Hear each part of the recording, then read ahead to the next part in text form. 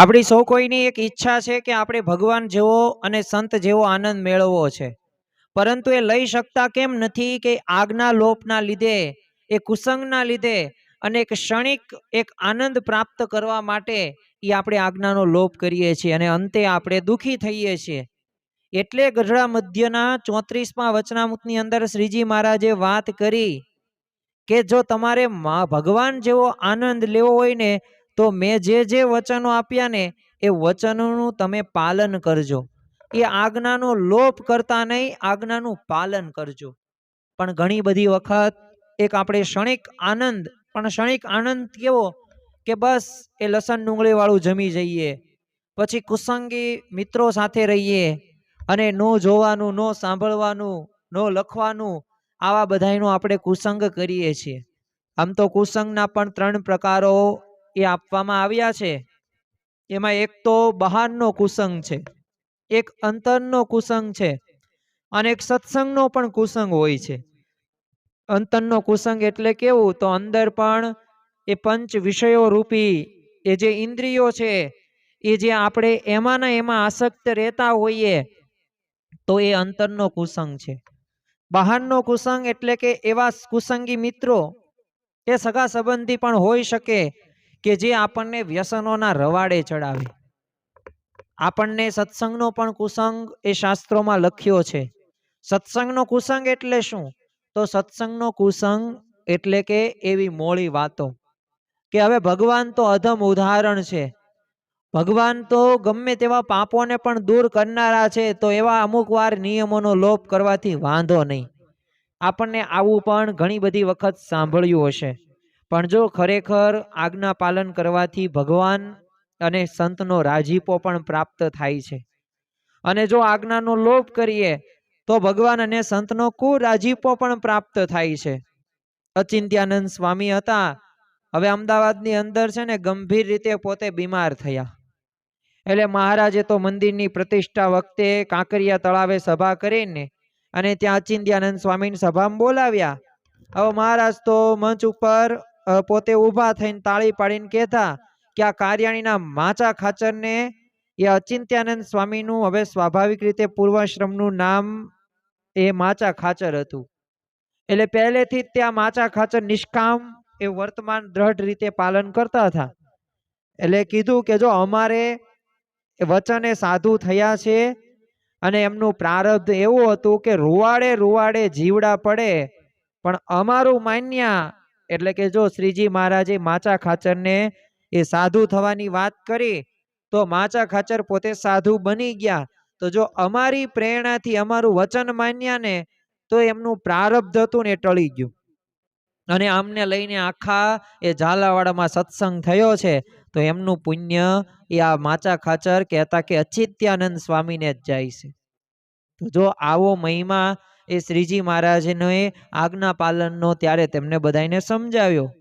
અને જો ભગવાન તો ભક્ત વત્સલ છે, દયાળુ છે, કરુણાનિધિ છે, એ સૂળીનું દુઃખ પણ કાંટે મટાડે ને એવા ભગવાન અને એવા સંતની આપણને પ્રાપ્તિ થઈ છે.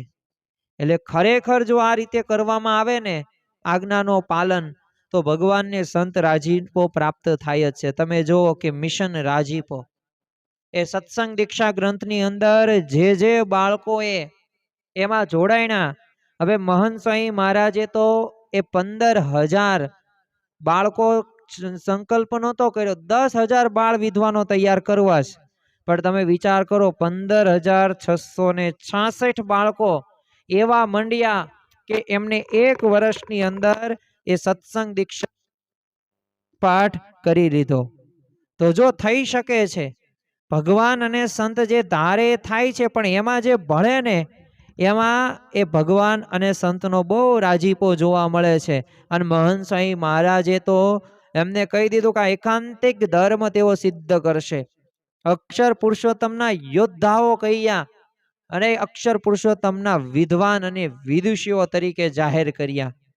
તો જો આટલો રાજીપો એ મહંત સ્વામી મહારાજે આ બાળકો ઉપર તેમને કર્યો, અને પાછું સત્સંગ દીક્ષાનો જે મુખપાઠ બરાબર અક્ષરધામ.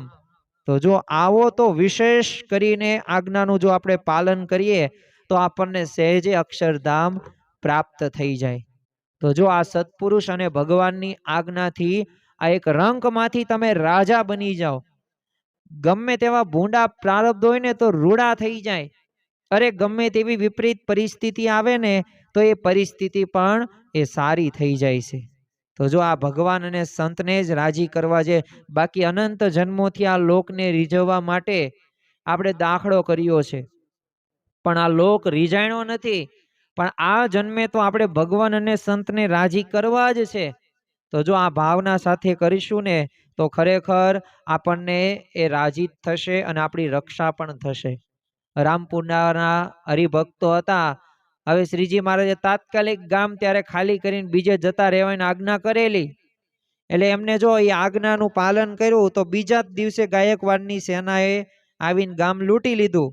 પણ જો આ ભક્તોની રક્ષા થઈ ગઈ. કેમ? કારણ કે એ તો ગામ ખાલી કરીને વહી ગયેલા હતા શ્રીજી મહારાજની આજ્ઞાથી. તો જો આવો રાજીપો એ પ્રાપ્ત થાય છે. તમારી રક્ષા થાય છે, દેહિક રીતે થાય છે, આર્થિક રીતે થાય છે. આજ્ઞા પાલનથી તમે જો જીવ બધા પ્રકારે સુખી થઈ જાય. આજે જો જીવનની અંદર અમુકને આર્થિક પ્રશ્નો છે, સામાજિક છે, કૌટુંબિક છે, પણ આ બધા પ્રશ્નોની વચ્ચે પણ એક સ્થિર રહેવા માટેનો જો રામબાણ ઈલાજ હોય ને તો આજ્ઞા પાલન છે. અને ખાસ તો જન્મ મરણનો રોગ આપણે ટાળવાનો છે અને મોક્ષ પ્રાપ્તિ કરવી છે. તો એના માટે શ્રીજી મહારાજે એ આપણને સૌ કોઈને નિયમ ધર્મો આપ્યા છે. અને આજ્ઞાનું પાલન કરવાથી કેટલો લાભ થાય. જો શ્રીજી મહારાજ જ્યારે એ બાળ પ્રભુ ઘનશ્યામ 11 વર્ષની ઉંમરે ગૃહ ત્યાગ કર્યો અને આપણને ખ્યાલ છે કે 7 વર્ષ સુધી તેઓએ વન વિચરણ કર્યું, પણ કલ્યાણકારી વન વિચરણ.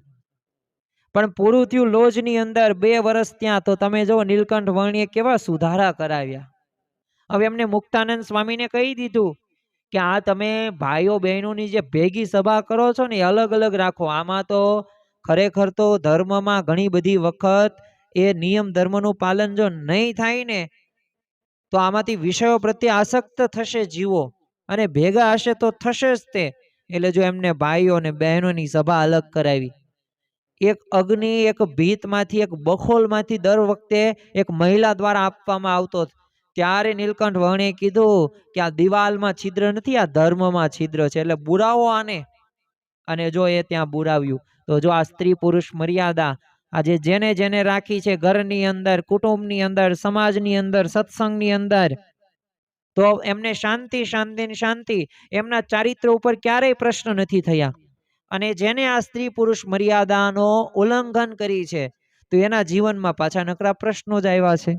અને પોતે ચારિત્ર્યના લીધે ગામ બદલવું પડે છે. ઘણી બધી વખત દેશ પણ બદલવા પડે છે. સંબંધોનો પણ ત્યાગ કરવો પડે છે. તો એવા પણ નુકસાનો આજે લોકની અંદર તમે જોયા હશે. તો જો આ શ્રીજી મહારાજે પહેલેથી આવી આજ્ઞાઓ આપીને એ આપણને સુખી કરવા માટે એક રાહ એક ચીંધ્યો છે. શ્રીજી મહારાજે વચનામૃત ગરડા પ્રથમના 78માં પણ વાત કરતા કીધું છે કે જેમ સંત કહે તેમ જે સંશય રહિત થકો કરે તે જ જીવને મોક્ષનો હેતુ છે. પણ જો આપણને તો હું શંકા થાય, પ્રશ્ન થાય, તો જો અહીંયા મહારાજ આપણને સ્પષ્ટ કહી દેશ કે નહીં, આપણે ક્યારેય તે આપણે ભગવાન અને સંત જે કે એમાં શંકા કે સંશય રાખવાનો નથી.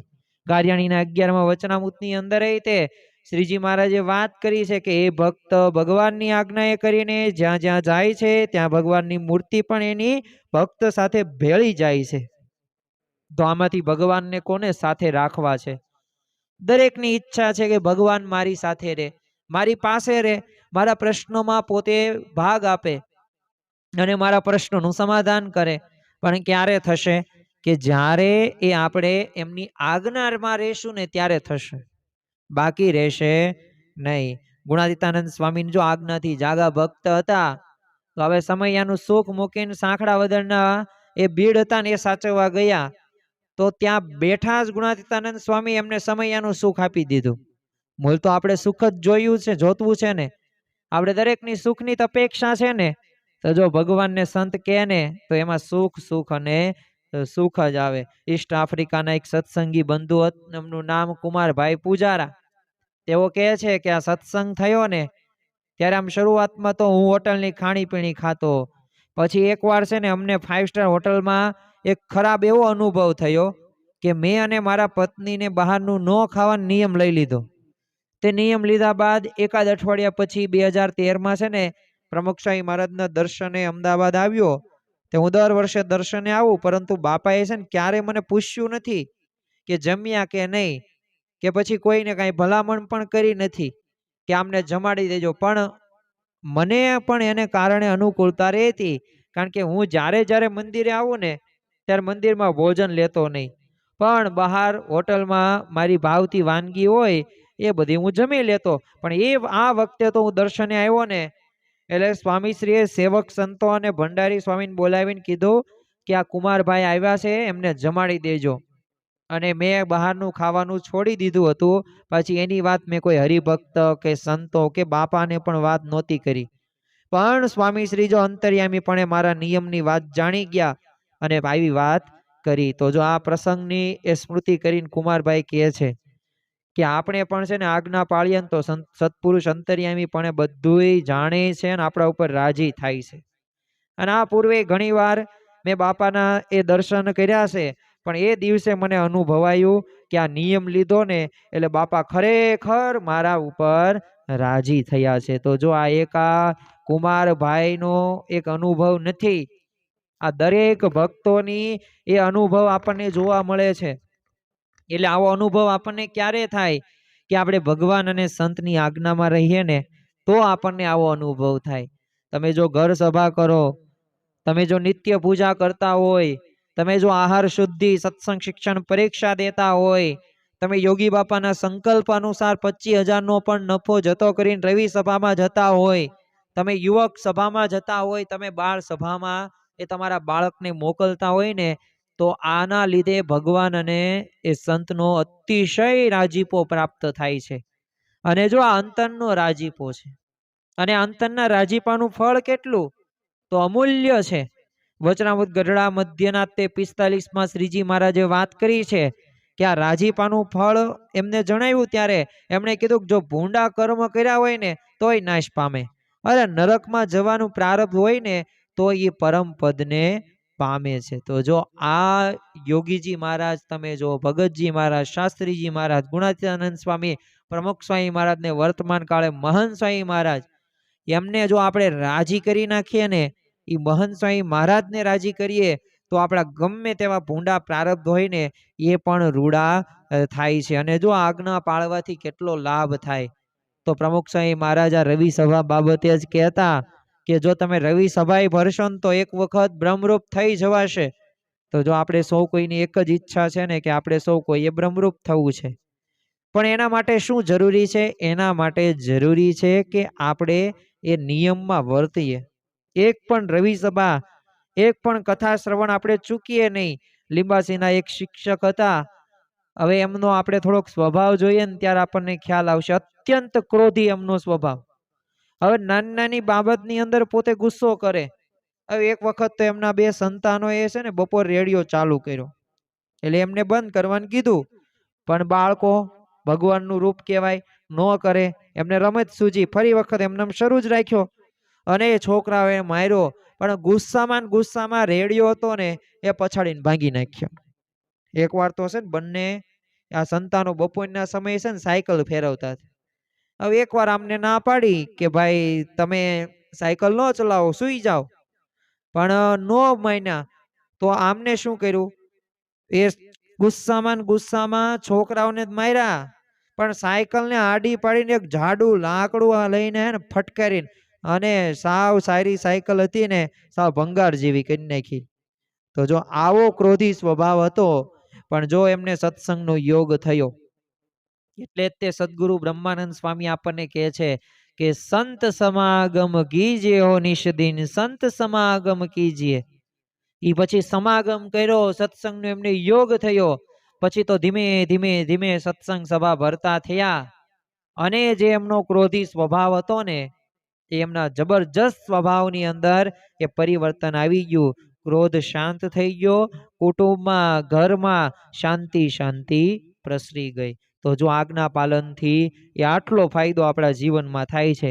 પ્રમુખ સ્વામી મહારાજની આજ્ઞા છે કે ઘરના સભ્ય રોજ ભેગા થઈને અડધો કલાક સત્સંગ કરવો.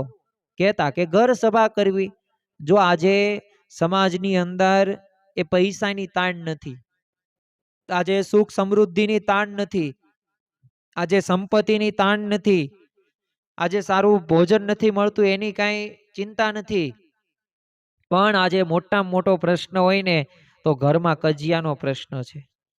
એ ઘરની અંદર એ દુઃખોના એ વમળોની અંદર બધાય ફસાયેલા છે અને આમાંથી બહાર આવવા માટેનો એક જ રસ્તો છે.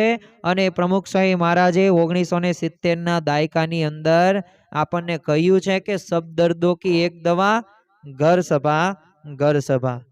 જો ઘરના સભ્યો એ 15-20 મિનિટ જ તે એ પોતે ભેગા મળીને ધૂન કરે, પ્રાર્થના કરે, વચનામૃત સ્વામીની વાતો વાંચે. ચાલો તમે ભાઈ સ્વામિનારાયણ ધર્મ નથી પાલન કરતા, તો તમારા ઈષ્ટદેવ ભગવાન રામ હોય, શંકર ભગવાન હોય કે ગમે તે તમે ભગવાનને માનતા હોય, સંપ્રદાયને માનતા હોય, તો એમાંથી સારું એવું વાંચન કરીએ, એમાંથી થોડીક ગોષ્ઠી કરીએ, ચર્ચા કરીએ, જેથી એ બાળકોમાં સંસ્કારો આવે.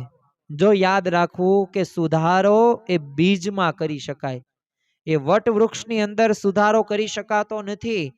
એમ આપણા બાળકોને જો આપણી સંસ્કૃતિ, આપણા રીત રિવાજો, એ આપણે આ સંસ્કૃતિ આપણને નહીં આપીએ ને આપણા બાળકોને, તો એક સમય એવો આવશે કે આ સંસ્કારો ક્યાં લુપ્ત થઈ જશે ને ખબર પણ નહીં પડે. અને આપણને અત્યારે એના અનુભવો થઈ રહ્યા છે કે જ્યારે પણ ઘરની અંદર કોઈક મહેમાન આવે, ગમે તેટલા રિલેટિવ નજીકના સંબંધી ન હોય, પણ જો આપણો ફોન જોવાની ટેવના લીધે આપણા હાથમાં ફોન આવી જ જશે. આપણે ફોનથી અળગો કરતા જ નથી. અરે સૂતા હોય તોય ફોન બાજુમાં, અરે સંડાસમાં જઈએ ને તો ત્યાંય આપણે ફોનને સાથે લઈ જઈએ છીએ. તો જો આવી આપણને લત લાગી ગઈ છે, આ એક કુટેવ છે. પણ આ કુટેવના લીધે કેવા પ્રશ્નો થાય છે, તો કોઈક સગા સંબંધી ઘરમાં આવે ને તો સારી રીતે વાતો નથી થઈ શકતી. તો જો આ એક માઇનસ પોઈન્ટ છે, અને આ માઇનસ પોઈન્ટના લીધે જ તે એ આપણે ખરેખર એ સંબંધોમાં મીઠાશ નથી આવતી. એટલે એક વાત યાદ રાખવી કે આ જ્યારે ઘર સભા કરવામાં આવશે ને તો આ સંસ્કારોનું એ ઘડતર થશે. એટલે ઘર સભા જો આપણને આજ્ઞા આપી જ છે, હવે એમાં કોઈ દલીલ નહીં, આર્ગ્યુમેન્ટ નહીં, બસ એ કરવાની એટલે કરવાની. એમાં ભગવાનને સંતનો રાજીપો છે એટલે કરવાની છે. તો જો આજ્ઞા આપણે કરીશું ને તો એ કુટુંબનો એ સ્થિર પાયો તમે કયો, સંતાનોમાં સંસ્કારોનું સિંચન કયો, આ બધુંય આ જે સત્સંગ ગંગા છે ને એ ગંગા આપણા ઘરમાં વહેશે. અને દરેક પ્રશ્નોની એ ઉકેલવાની એક માસ્ટર કી છે. એટલે પોતે પ્રમુખ સ્વામી મહારાજ કહેતા, સબ દર્દો કી એક દવા ઘર સભા. જો મને માથું દુખે તો દવા અલગ લેવાની, તમને પેટમાં દુખે, મને દુખે, દવા અલગ લેવાની. ગમે તે રોગ થાય ને એની દવા અલગ અલગ છે. પણ આ એક એવી દવા આપણને એ પ્રમુખ સ્વામી મહારાજે આપી છે. તમને આર્થિક પ્રશ્નો છે, ટેન્શન ન લેતા ઘર સભા કરો. તમને પારિવારિક પ્રશ્નો છે, ટેન્શન ન લેતા ઘર સભા કરો. તમને આધ્યાત્મિક પ્રશ્નો છે તો કાંઈ વાંધો નહીં, ઘર સભા કરો. અરે દરેક પ્રશ્નોનું સમાધાન એ આપણને આ ઘર સભામાંથી પ્રાપ્ત થાય છે. પણ જો આ સંતનો એ રાજીપો લેવા માટેનો અવસર, અમૂલ્ય અવસર છે, આ અવસરને આપણે જવા દેવાનો નથી. એટલે ખરેખર એકબીજાને જો હૃદયમાં એ રચાયેલી દિવાલોને જો તોડીને સેતુ બાંધવાની એ કડી ઘર સભાને જો આપણે અમલમાં લાવીશું ને તો અવશ્ય આપણા ઘરમાં એ સુખનું, શાંતિનું, દરેક પ્રશ્નોમાં સ્થિરતા રહેશે. જો આજે દરેકને સ્થિર રહેવું છે, પણ દરેકને સ્થિર રહેવા માટે પાછા એવા નિયમોનું પાલન કરવું નથી, એવી આજ્ઞાઓનું પાલન કરવું નથી, એટલે આપણને એ લાભ થતો નથી. અને જો ઘર સભાથી આજ્ઞાનું પાલન તમે કરો ને તો લાભો ઘણા બધા થાય છે. એક ભક્તનો આપણે પ્રસંગ જોઈએ તો હવે સ્વાભાવિક રીતે એમના ઘરની અંદર કેવું કે સાસુ અને જે વહુ એમને અંદરો અંદર કાયમ માટે ઝઘડવાનું, એટલે વાતાવરણ સાવ તંગ રહે. અને પાછું એમના પપ્પા હતા ને એને વ્યસન, દારૂનું વ્યસન ને બીડીનું વ્યસન. પણ આ ભક્તે પ્રમુખ સ્વામી મહારાજની આજ્ઞા એ પોતે શીર સાથે પાલન કરી અને ઘર સભા શરૂ કરી. હવે શરૂઆતમાં તો આવી રીતે ઘર સભામાં એકલા પોતે બેસે, પણ ધીરજ રાખી. તે હવે 10 દિવસ પછી તેમને બહેનને પ્રેરણા થઈ, 15 દિવસ પછી એમના મમ્મીને એક વખત આ પ્રેરણા થઈ, એટલે આરતી તૈયાર કરી આપી. એટલે રોજ પછી બેસતા થયા અને પપ્પાને બીમારી થવાથી પછી હોસ્પિટલમાં દાખલ કર્યા અને ડોક્ટર પણ પાછા સત્સંગી એટલે બીડીને દારૂ છોડાવવા માટે સમજાવ્યા અને ઘરે આવ્યા પછી અમને સમજાવ્યા એટલે પિતાએ નાઈ પાડી અને કીધું કે નહીં મારાથી હવે રહેવાશે નહીં એવું કીધું ને એટલે ઘર સભાને અમે વાત કરી બેસવાની વાત અને ઘર સભામાં બેસતા થયા અને એ મનને એવો શાંતિનો બધાને અનુભવ થયો એ મારા પપ્પાનું વ્યસન પણ એ મુકાઈ ગયું અરે ઘરમાં જે કકળાટ હતો જે તંગ વાતાવરણ હતું ને શાંતિમાં પરિવર્તિત થઈ ગયું અને આજુબાજુ પાડોશીના લોકોને ઘર સભાની પ્રેરણા પ્રાપ્ત થઈને એમને ઘર સભા શરૂ કરી દીધી તો જો આવા અનુભવો આ એક ભક્તને નહીં ઘણા બધાને થયા છે અમદાવાદના તે એક NID કોલેજના પ્રોફેસર હતા હવે એમના પ્રથમ વર્ષના વિદ્યાર્થીઓ છે ને હંમેશા કહેતા કે જો તમે હું કહું એમ કરશો ને તો આ પ્રથમ વર્ષમાં જ તે 20 વર્ષ આગળ વધવાની છે ને જવાબદારી મારી છે કારણ શું હતું એમને 20 વર્ષનો અનુભવ હતો તો એમ જો ભગવાન અને એ જો સંતના વચનમાં રહેવાથી આપણી તમામ જવાબદારી કોના માથે છે એ ભગવાન અને સત્પુરુષ આગળ એટલે એ તમે જે કરશો ને એ કારણ કે ભગવાન કેવા છે એ તો સ્વાભાવિક રીતે એક કહ્યું છે કે સુખ દુઃખ આવે સર્વે ભેળું તેમાં રાખજો સ્થિર મતી જાળવીશ મારા જનને વળી કરીશ જતન એ સુખ દુઃખ આવે કે જય પરાજય થાય કે લાભ થાય કે નુકસાન થાય પણ જો આપણે ભગવાનને સાથે રાખીશું જો જીરોની કઈ કિંમત નથી લાખ કરોડ જીરો કરો ને તો જીરો જ કહેવાય એમ જીરો પણ એની આગળ તમે એકડો મૂકો તો કિંમત વધતી જાય ને કારણ કે એકડાની કિંમત છે એમ આપણા જીવનની અંદર તે આ ભગવાન અને સંતની પ્રાપ્તિ થઈ તો એ એકડાના સ્થાને છે અને એ એકડો રહ્યો ને એ આપણને આગળ લઈ જશે પણ જો આપણને મનાવવું પડે આપણને વિશ્વાસ આવવો પડે આપણે પ્રીતિએ પૂર્વક જો હેતપૂર્વક જોડાઈશું ને તો આપણને એવો અનુભવ થશે ને થશે કારણ કે ભૂતકાળમાં ઘણા બધા એવા અનુભવો આપણે સાંભળ્યા છે આપણે વાંચનમાં આવ્યા છે અને એ બધા અનુભવો એક જ કહે છે કે જો તમે સાચા હૃદયથી એ ભગવાન અને સત્પુરુષમાં જોડાણ તમારું થાય મન કર્મ વચને તો એ તમારા દરેક પ્રશ્નનું અરે ગમે એવા કઠણ સંજોગો ન આવે તો એ કઠણ સંજોગોમાંથી પણ આપણે ઉગરી શકીએ છીએ અને જો કઠણ સંજોગો આવે ને તોય આજ્ઞાનું પાલન કરીએ ને તો આપણે ભગવાન અને સંત આપણી રક્ષા કરે અને પરમ પદ આપવાની જવાબદારી કોને છે તો શ્રીજી મહારાજ આપણને પરમ પદ આપશે એટલે ખરેખર આપણે આજ્ઞા પાલન કરવું જોઈએ જેને આજ્ઞાનું પાલન કર્યું છે ને એ પોતે સુખી થયા છે દુઃખોમાં પણ પોતે સ્થિર રહી શક્યા છે તો એનું કારણ છે આજ્ઞા પાલન જો બીજું આપણને મહંત સ્વામી મહારાજ એક સત્સંગ દીક્ષા એ ગ્રંથની આપણને ભેટ આપી અને જેમાં 315 સંસ્કૃત શ્લોક છે તો આ સત્સંગ દીક્ષા ગ્રંથની અંદર તે 143 ને 144મો શ્લોક તમે જુઓ તો એમાં આજ્ઞા પાલનની એક રીત દર્શાવેલી જો રીત મહત્વની છે શા માટે રીત મહત્વની છે તો જો આજના દિવસે બધા ઊંધિયું જમે અને ઘરે ઊંધિયું આપણે બનાવીએ તો આપણા મમ્મીને જો ઊંધિયું બનાવતા આવડે છે રીત એમને ખબર છે પણ જેને નથી આવડતી એને બનાવવાનું કહેતો ઊંધિયું તો એનાથી બટેકાનું શાક જ બને એનાથી ઊંધિયું બને નહીં એ સ્વાદ આવે નહીં બસ તેવી જ રીતે આ ભગવાન અને સંત રહ્યા ને એ આપણને સાચી રીત જણાવે છે અને રીતની અંદર શું કહે છે કે ભગવાન અને બ્રહ્મ સ્વરૂપ ગુરુની આજ્ઞાનું સદાય પાલન કરવું એમની એ આજ્ઞા આળસ વગેરે મૂકીને પાળવી તરત તે પાળવી સદા આનંદ ઉત્સાહ અને મહિમા સાથે એમને રાજી કરવાના ભાવથી પાળવી ઘણી બધી વખત કેવું થાય છે આજ્ઞાનું આપણે પાલન તો કરીએ છીએ પણ જો ભાવથી કામ ન કરવામાં આવે ને તોય આપણને એવો લાભ થતો નથી જો ભગવાન કાંઈ તમારી પાસે ઘણા બધા પૈસા આપો તો જ રાજી થાય એવું નથી તમારામાં સાચો ભાવ છે તો જો જેમ આપણને ખ્યાલ છે કે જેમ એ શ્રી કૃષ્ણ ભગવાનના એ મિત્ર સુદામા અને આ સુદામાએ તાંદુલ આપ્યા પણ એ ભાવથી આપ્યા ને તો શ્રી કૃષ્ણ ભગવાન રાજી થઈ જાય છે અને કહ્યું કે તું પાછો જાને એ પહેલા તો તારી બધી પરિસ્થિતિ જો ભગવાને સારી કરાવી દીધી, સારા મકાન કરી દીધા, સારું રહેણાંક કરી દીધું. કેમ? એ ભાવથી આપ્યા હતા ને. બસ એવી જ રીતે ભગવાન રહ્યા ને ભાવના ભૂખ્યા છે. એ ભાવથી થોડુંક પણ કામ કરવામાં આવશે ને તો ભગવાન એને જાજુ માને છે. અને આ જ ભગવાન અને સંતની વિશેષતા છે. અને આ વિશેષતાને જ એ આપણે આત્મસાત કરવાની છે. ગમે તેવું કામ, ગમે તેવી સેવા કરવામાં આવે ત્યારે ભાવ ઉમેરો.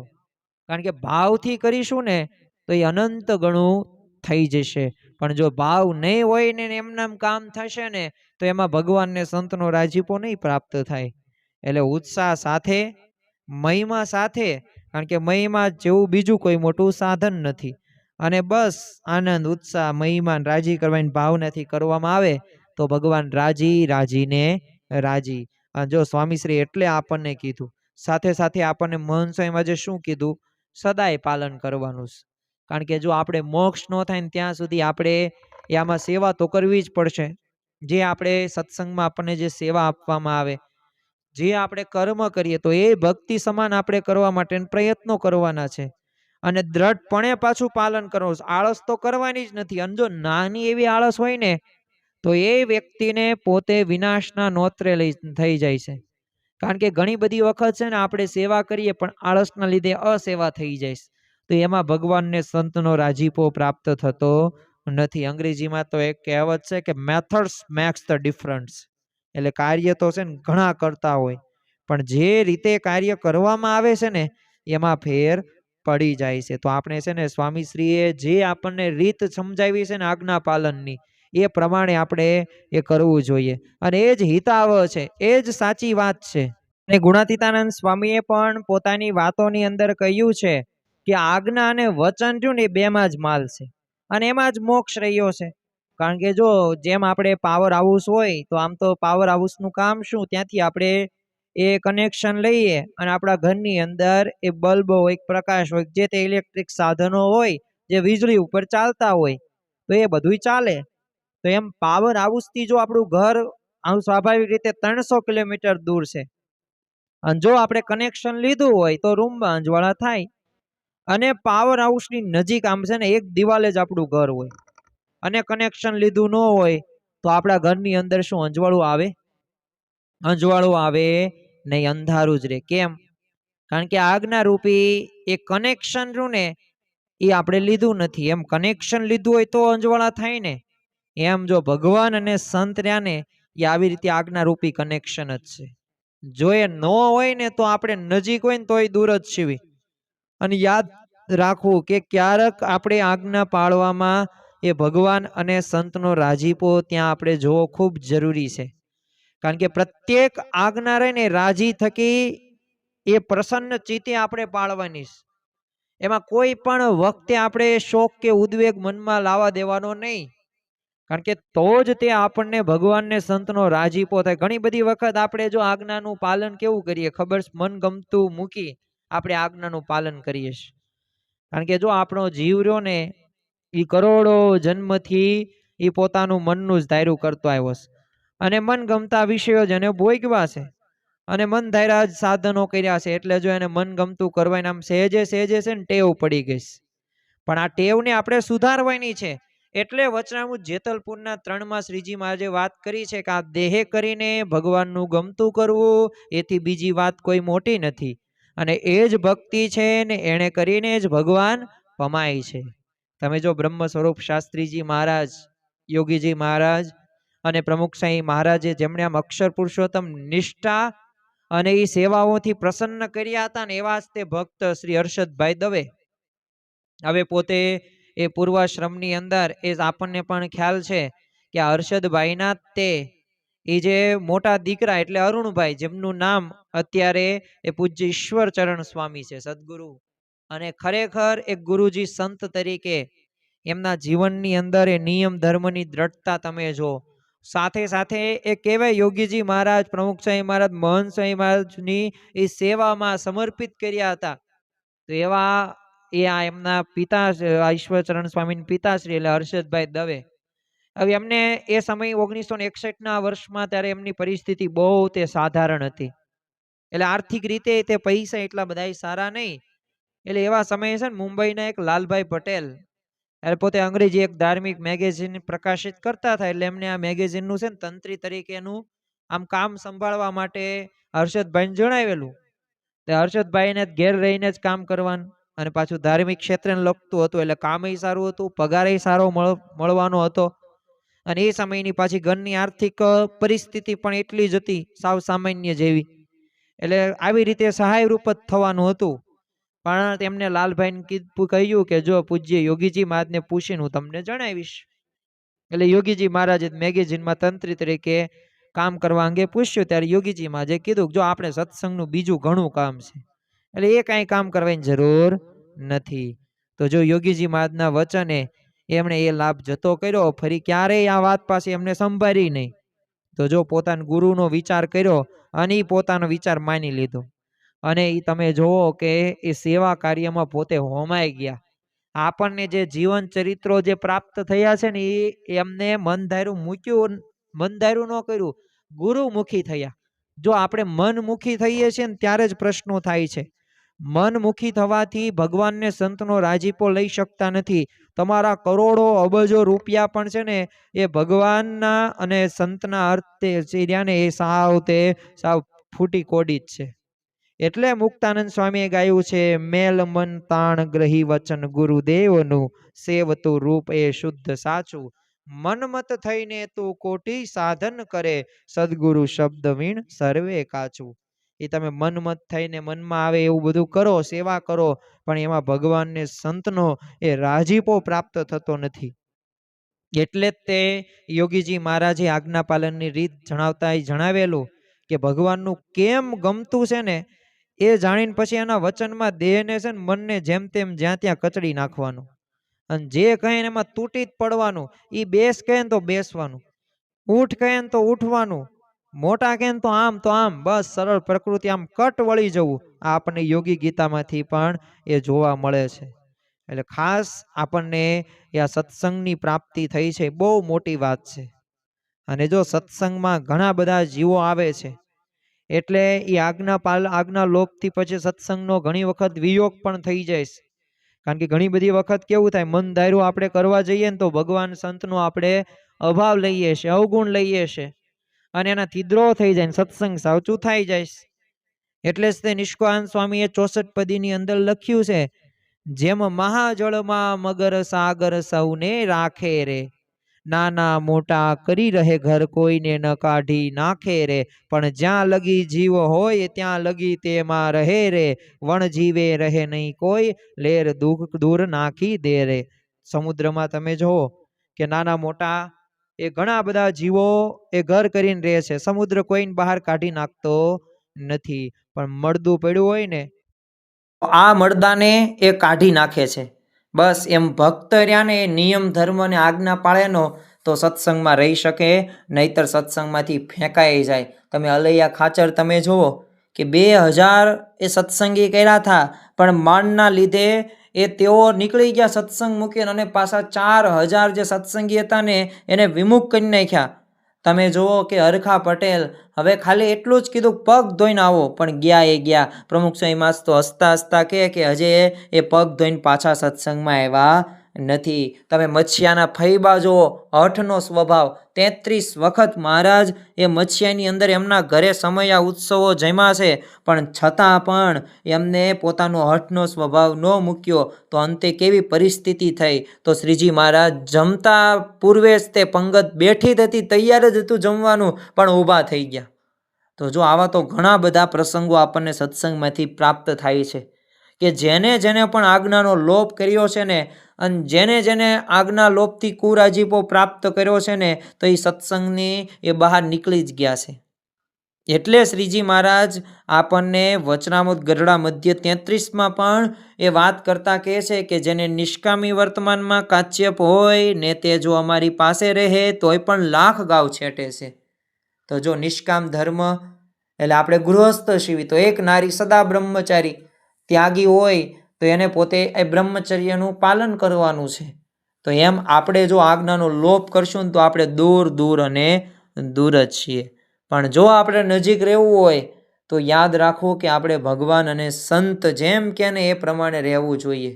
અને જો આ ગુણાતીત સત્પુરુષરાની બધુંય જાણે છે. Earth is round, no corners. પૃથ્વી ગોળ છે, એને કોઈ ખૂણો નથી. સંવત 1915ની અંદર હવે ગાંગડ ગામમાં છે ને ગુણાતીતાનંદ સ્વામી પધાર્યા હતા. એટલે સ્વામી ત્યાં મુસાફરીને લીધે સ્વાભાવિક છે, થાકના લીધે પોતે આસન ઉપર બેસી ગયા. અને ત્યાં જ તે ખીમા ભગતનો દીકરો રામ હતો, એનું નામ એ આવ્યો અને સ્વામીને પગ દબાવવા માંડ્યો. અને એને જોયો ને ત્યાં જ ગુણાતીતાનંદ સ્વામી આમ પગ પાછા ખેંચી લીધા. અને પછી સ્વામી એને ઠપકો આપતા કીધું કે તું જમ પૂરીને એ ખોટી જાણીને શ્રીજી મહારાજની મોટી આજ્ઞા નિષ્કામ ધર્મ સંબંધી લોપે છે તે હું એમ નહીં જાણતા હોય.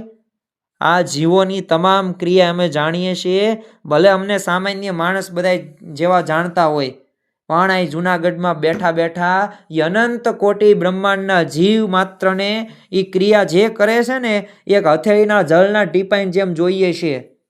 અને પછી તો એને નવા પાપ ન કરવાય સમજાવ્યો અને એને જે નિષ્કપટપણે પછી તો એને પોતે બધું સ્વીકાર કર્યું. તો જો ભગવાન અને સંત તો કેવા અંતર્યામીપણે એ સામર્થ્યની ભૂલીને પણ જીવ જો આજ્ઞા લોપે છે ને તો કુરાજીત થાય છે અને અહીંયામાં પછી એને અશાંતિનો જ અનુભવ થાય છે. એટલે ભગવાનનો ભક્ત એ આજ્ઞા લોપે ને તો એ પોતાને અંતરમાં અશાંતિ તે થાય છે ને ધીમે ધીમે સત્સંગમાંથી પાછો પડી જાય છે. જેમ આપણે આજના દિવસે પતંગ જેમ ચગાવીએ છીએ તો પતંગની દોરી કપાઈ જાય તો પતંગ હાથમાં રહેતો નથી. બસ એમ ભગવાન અને સંતની જે આજ્ઞા લોપાય ને તો એ ભગવાનની મૂર્તિ પણ સમીપમાં રહેતી નથી. એટલે ભગવાન અને સંતની જો આપણે સમીપમાં રહેવું હોય ને તો એમની આજ્ઞા આપણે પાળવી જોઈએ જ, તેને ફરજિયાત આપણે પાલન કરવું જોઈએ. કારણ કે ગુણાતીતાનંદ સ્વામીએ તે પોતાની 5મા પ્રકરણની 151મી વાતની અંદર કહ્યું છે. આપણે શ્રવણ કરીએ એટલે વધુ વિશેષ આપણને ખ્યાલ આવે. સ્વામિનારાયણ હરે સ્વામીએ વાત કરી છે, આજ્ઞામાં રહે ને છેટે છે તો પણ અમારા ઢોલિયાની પાસે જ છે, ને આજ્ઞા નથી પાળતો તે પાસે છે તો પણ છેટો છે. ને ગમે તેવો જ્ઞાની હશે, હેતવાળો હશે ને મોટેરો હશે, પણ આજ્ઞા લોપે તો સત્સંગમાં ન રહેવાય. ત્યાં દ્રષ્ટાંત દીધું છે કે પતંગ ઉડાડવાનીથી છેટો ગયો છે પણ દોરી હાથમાં છે તો સમીપમાં છે. તેમ આજ્ઞારૂપી દોરી હાથમાં છે તો મહારાજની પાસે જ છે. તો જો આ વાતની અંદર પણ સ્પષ્ટ આપણને એ જ કહી દીધું છે કે આજ્ઞા પાલનથી લાભ થાય છે. એટલે આ વાતનો ખરેખરો આપણે મર્મ સમજવાનો છે. અને આપણા જીવનની અંદર આજના દિવસે આપણે આ ધનુર્માસ કથામૃતનો છેલ્લો દિવસ, અને આ છેલ્લા દિવસે આપણે સૌ કોઈ સંકલ્પ કરીએ કે આપણને ભગવાન અને સંત જે જે આજ્ઞા કહે એ આજ્ઞાનું આપણે અક્ષરશ ભાવથી, રાજીપાથી, આનંદથી એ આપણે પાલન કરીને એ ભગવાન અને સંતને રાજી કરી શકીએ. એ જ આજના દિવસે પ્રાર્થના. શ્રી સ્વામિનારાયણ ભગવાનની જય.